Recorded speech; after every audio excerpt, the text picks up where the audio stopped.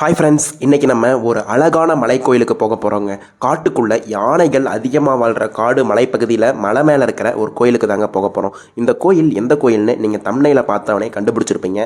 சேலம் மாவட்டத்திலேருந்து 100 கிலோமீட்டர் தள்ளி இருக்கிற மாதேஸ்வரன் மலைக்கு தாங்க போக போகிறோம். இந்த கோயிலில் என்ன இருக்குது, இந்த கோயிலுக்கு எப்படி போகணும், இந்த பயணம் எவ்வளோ அழகானது, இந்த கோயிலில் இருக்கிறவர் யார், அது எல்லா தகவலுமே நான் உங்களுக்கு சொல்கிறேன். இந்த வீடியோவை ஃபுல்லாக பாருங்கள். மேலும் இது போல் இன்ட்ரெஸ்டிங்கான வீடியோஸ்க்கு நம்ம சேனலை மறக்காமல் சப்ஸ்கிரைப் பண்ணிக்கோங்க. வாங்க வீடியோக்குள்ளே போகலாம். ஹாய் ஃப்ரெண்ட்ஸ், எல்லோரும் எப்படி இருக்கீங்க? இன்றைக்கி நம்ம மாதேஸ்வரன் மலைக்கு தாங்க போக போகிறோம். நம்ம சேலத்துலேருந்து சரியாக மாதேஸ்வரன் மலைக்கு நம்ம 100 கிலோமீட்டர் போகணும். ஸோ இப்போ நம்ம மேட்டூர் வந்துட்டோம். மேட்டூரில் தண்ணி ரொம்ப நிறையா இருக்கிறதுனால அந்த 16 கண் பாலம் வழியாக தண்ணி திறந்து விட்ருக்காங்க.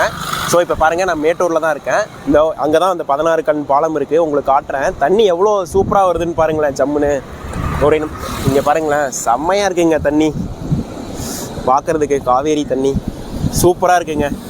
வா, இப்போ இங்கேருந்து நம்ம மாதேஸ்வரன் மலைக்கு போக போகிறாங்க. ஸோ போகும்போது இந்த பாலம் திறந்து விட்டதுனால இதை பார்த்துட்டு போகலாம் அப்படின்னு சொல்லி இங்கே நின்னோம். வேறு லெவலில் இருக்குது. இந்த அதாங்க 16 கண் பாலம். மொத்தம் 1 2 3 4 5 6 7 8 9 10 11 12 13 14 15 16 இடத்துல இந்த கண் இருக்கும். இப்போ தண்ணி கொஞ்சம் கம்மியாக வருதுன்னு வச்சுக்கோங்களேன். கம்மியாக திறந்து விட்ருக்காங்க. போன வாரம் ஃபுல்லாகவே திறந்து விட்டாங்க. இப்போ கொஞ்சம் கம்மி பண்ணியிருக்காங்க. தண்ணி கம்மியாக வருது. அங்கே போய் பார்த்தா இன்னும் சூப்பராக இருக்கும்னு நினைக்கிறேன். இந்த அந்த இடத்துல பாருங்கள். இப்போ வாங்க அங்கே போகலாம். இப்போ அங்கே பாருங்கள், தண்ணி அந்த இடத்துல தான் ரொம்ப அதிகமாக வருது. செம்மையாக இருக்குது அப்படியே நின்று பார்க்குறதுக்கே. காவேரி தண்ணி இங்கேருந்து ஆரம்பித்து போய் பூம்புகாரில் கடலில் கலக்குது. மேட்டூரில் ஸ்டோர் பண்ணி பாருங்கள்.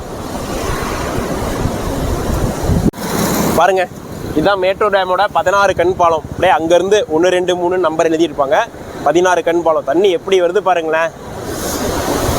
சூப்பராக இருக்குங்க. ஓகே, பார்த்தாச்சு. இப்போ நம்ம திரும்ப மாதேஸ்வரன் மலை கிளம்பலாம். காலையில் டிஃபன் வந்து இங்கே மேட்டூர்லேயே நம்ம ஃப்ரெண்டு ஒருத்தர் வீடு இருக்குது, அங்கேயே சாப்பிட்டுட்டு இப்போ நாங்கள் திரும்ப மாதேஸ்வரன் மலை கிளம்ப போகிறோம்.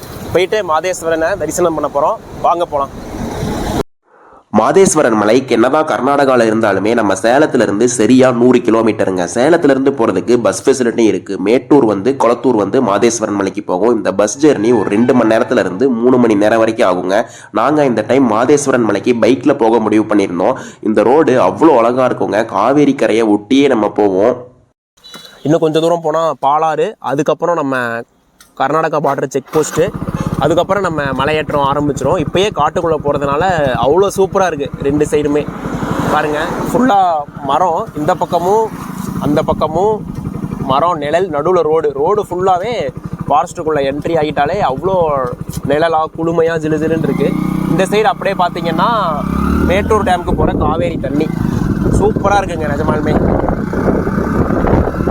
வாங்க தொடர்ந்து நம்ம பயணத்தை தொடருவோம்.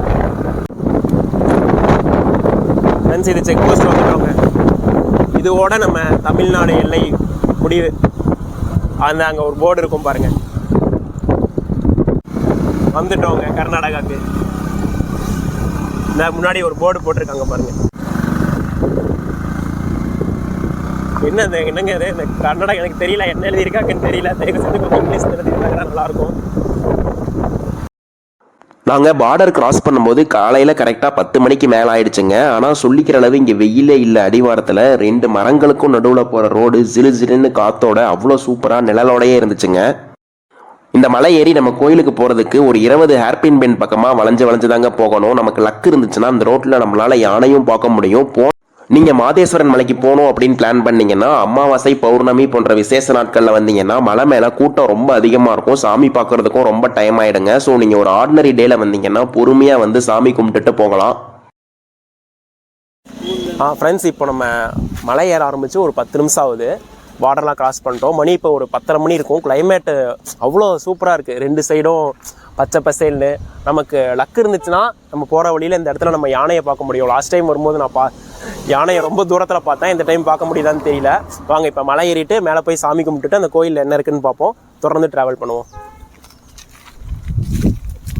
40 நிமிஷத்துலேருந்து 1 மணி நேரத்துக்குள்ளேயே இந்த மலை மேலே நம்ம ஏறிடலாங்க. கொண்டை ஊசி வளைவுகள், கண்ணு கெட்டின தூரம் வரை அழகான இயற்கை காட்சிகள், மரங்கள், காற்றுன்னு அவ்வளோ அழகாக இருக்கும் இந்த ஜேர்னி. இது என்னோட மாதேஸ்வரன் மலையோட 3வது டைம் பயணங்க. ஆனால் ஒவ்வொரு வாட்டியுமே இந்த மலை ஏறும்போது மனசுக்குள்ள ஒரு சந்தோஷமும் வருது. பொறுமையாக இந்த இயற்கை காட்சிகள்லாம் பார்த்துட்டு மலை ஏறுறதுக்கு அவ்வளோ சந்தோஷமாகவும் இருக்குது, மகிழ்ச்சியாகவும் இருக்குங்க. ஒரு முறை நீங்கள் இங்கே விசிட் பண்ணி பாருங்கள். ஃப்ரெண்ட்ஸ், இப்போ நம்ம மலைக்கு வந்துட்டோங்க. மாதேஸ்வரன் மலைக்கு கோயிலில் தான் இருக்கோம். இப்போ நம்ம வண்டியை நிறுத்திட்டு இப்போ சாமி கும்பிட போக போகிறோம். வாங்க போகலாம்.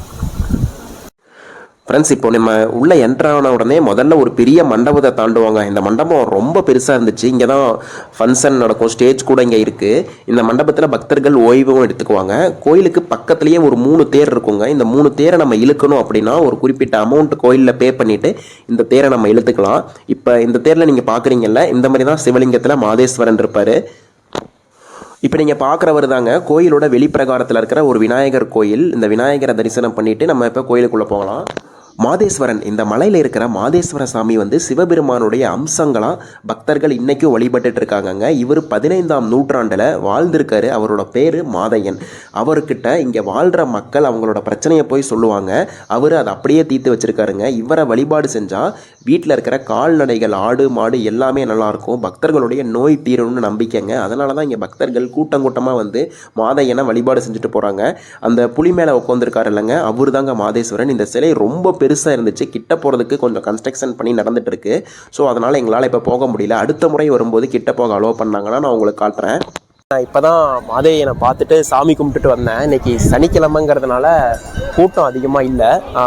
ஒரு 40 மினிட்ஸ் லைனில் வெயிட் பண்ணியிருக்கோம். இதுவே அமாவாசை பௌர்ணமின்னு வந்துருந்தோம்னா நம்ம ரொம்ப நேரம் வெயிட் பண்ணுற மாதிரி வரும். ஒரு சில நாள்னால் அமாவாசை வந்துட்டு ஃபுல்லாக கூட்டம், இங்கே கூட நிற்க இடம் இல்லை.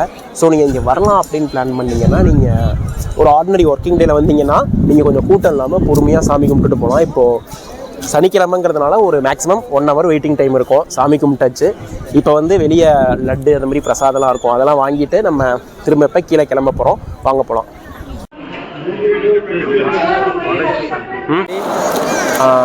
ஃப்ரெண்ட்ஸ், இப்போ தாங்க சாமி கும்பிட்டுட்டு வெளியே பிரசாதம் லட்டு வாங்கிட்டு இங்கே வெளியே வந்து ஒரு மண்டபத்தில் உட்காந்துருக்கோம். லட்டு வந்து ஒரு லட்டு 25 ரூபா. ஆன்லைன் பேமெண்ட் கிடையாது, ஒன்லி கேஷ் மட்டும்தான்.